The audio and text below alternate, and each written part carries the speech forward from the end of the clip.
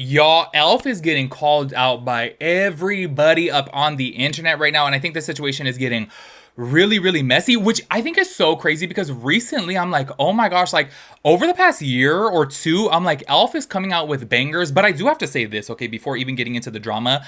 Y'all know that I'm cheap. I love E.L.F. products. Like right now I have on the E.L.F. Jelly Pop Primer. Y'all, I've been looking for that E.L.F. Halo Glow like foundation because I'm like, oh my gosh, that seems like something that I would like. But y'all, why is it $18? I was like, you're really getting up there with your pricing. And look, I understand that obviously when they come out with better formulations of things, like I totally get that obviously the price is gonna have to go up a little bit, but I'm like, $18? Like E.L.F. used to be like $2. Do you know what I'm saying? And yes, I know as soon as they go up in quality, like sure, the price is gonna raise a little bit, but I don't know if you guys have like heard of this brand called like Mco Beauty or something like that. Like y'all, they sell it in like grocery stores now, and it's like basically dupes of various different brands, but the majority that I see is like they're duping Charlotte Tilbury, and everybody raves about their products. I actually haven't tried anything of theirs, but y'all, I do want to get my hands on some things.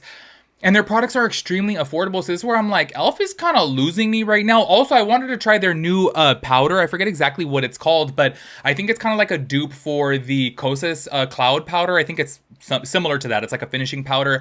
I wanted to try that too, but it's $14. And y'all know when I do my makeup shopping, I'm always like getting a discount. Y'all know I've said it before, Nigel's Beauty and Namie's Beauty, if you guys do have your credentials and you guys live, well, actually, I don't know necessarily if you need to live in the LA area, but their stores, I believe they're in like, I don't know, Studio City, Burbank area. Anyways, if you know, have your like credit, say for example, if you're like a working makeup artist, if you're a hairstylist and you have like a cosmetology license, most brands you get like 30% off. So y'all, like the Kosas powder, y'all know that's like one of my favorite powders. I want to say with the discount I get it for like $24. So I'm like $10 more and I could get the Kosas powder. That's where I'm just kind of like, you know what, E.L.F. is getting a little cray-cray with their pricing, which I wish they would bring it back down a little bit. But low-key, in my opinion, I think because they purchased Rhode, I think that the prices are going to go up because apparently they already put out like a statement stating that Rhode products are going to go up like $1. So I'm like, let's go ahead and get it together here. Anyways, y'all, okay, let's go ahead and get into the drama about this E.L.F. situation. I'm going to need you guys to stick with me, okay? Because I feel like at first, you guys are not going to like what I have to say, okay? Because I do have some strong opinions about this. If you guys have been on my lives before, y'all know in like a different universe, I'm a comedian, okay? If you guys have caught me on live before, I've said multiple times when I was younger, I literally used to write full on like skits, and I used to basically write, like, I don't know exactly what you would call them, but I pictured my life as like the George Lopez show, to where I'm like, yo, if you guys were to see my family, woo, we're such a hot mess and there's just so much material to write. So I literally used to write kind of like as if I was doing like a scripted television show that was a comedy. Do you know what I'm saying? So also too, like I've always said that I've wanted to do stand-up comedy because I don't know, I really feel like I could do it. You know what I'm saying?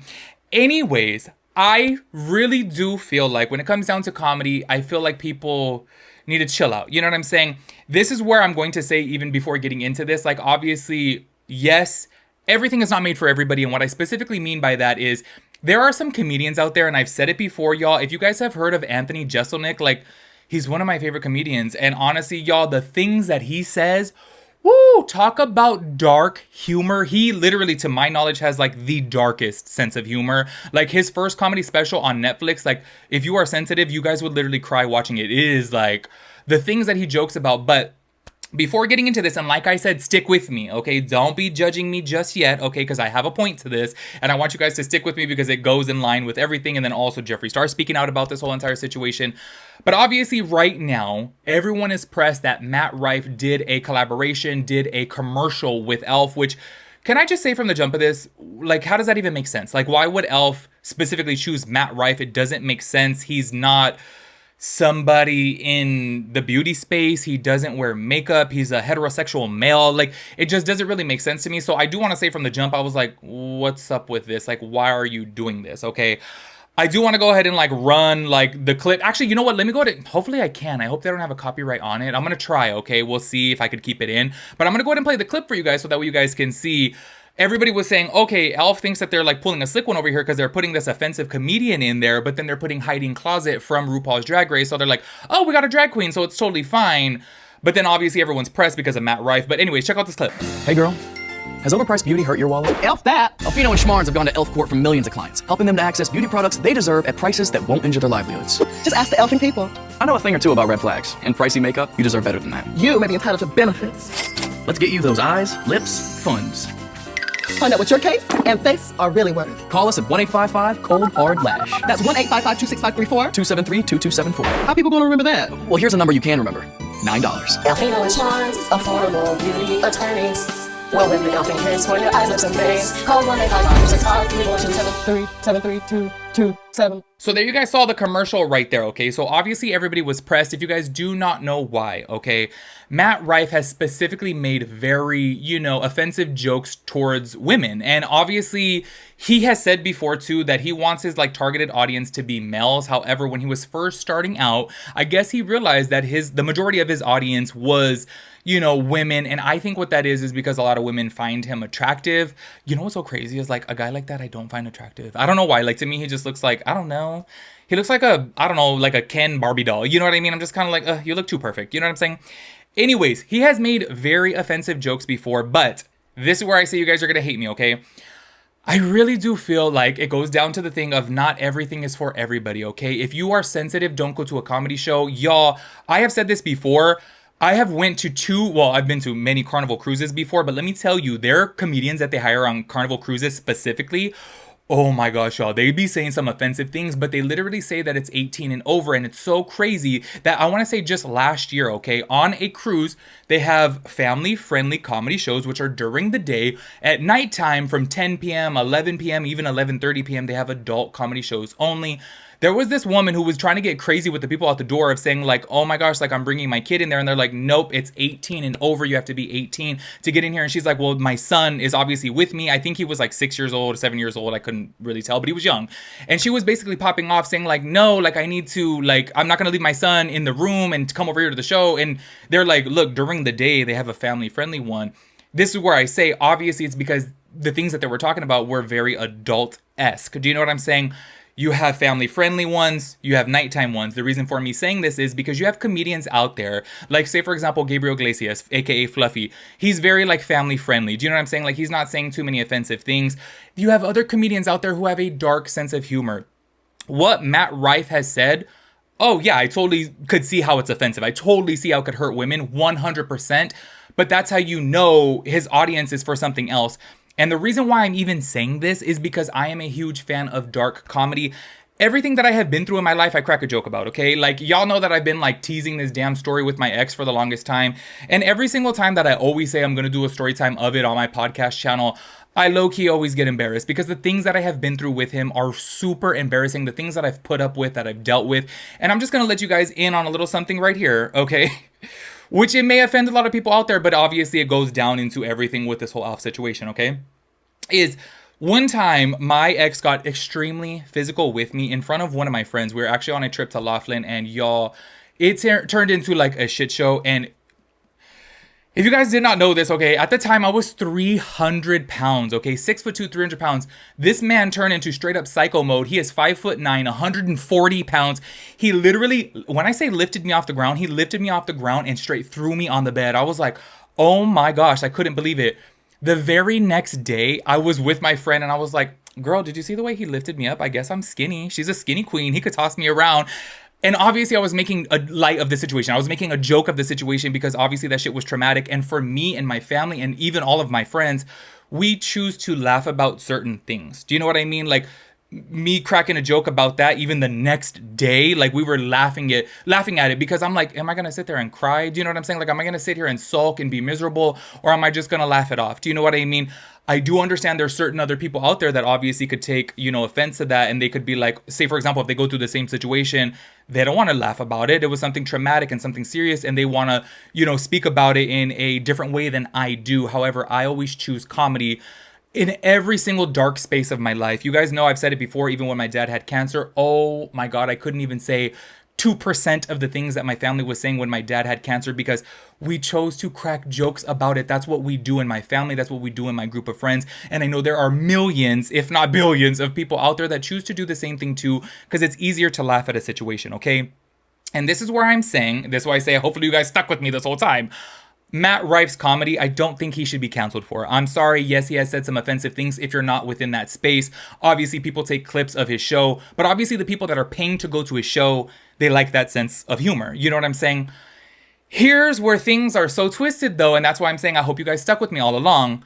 Why does E.L.F. not know their target audience? Their audience must be 90% females. Why would you go out there and have somebody like Matt Rife, who has been called out before for making these, offensive jokes before, which by the way, I do feel like, yeah, he can make whatever jokes that he wants. He's a comedian at the end of the day. And there is a targeted audience for that do choose to laugh about the topics that he makes fun of, okay?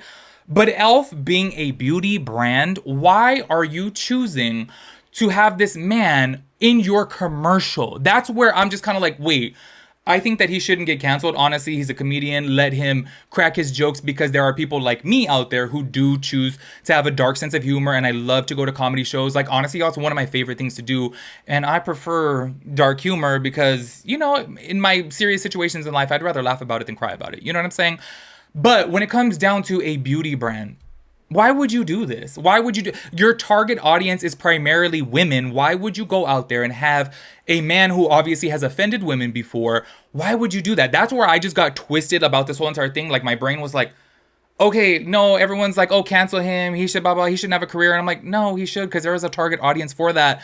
But why did E.L.F. choose this man? It just doesn't make sense. One, he's straight. Two, he doesn't wear makeup. Three, he's offended, hundreds of thousands of women out there. Like, I just don't understand why they would choose him. Like, it really doesn't make any sense to me. And that's where I'm like, okay, my mind is blown by this situation, because E.L.F., whoever chose to hire this and approve this commercial is low-key kind of dumb. Like, know your target audience and know this man has obviously made some very offensive jokes out there. And I say this, if you go to a comedy show and you get offended, that's on you. Like, why are you going to a comedy show? You know that everything is, on the table and they could crack a joke about any and everything. Don't go to a comedy show.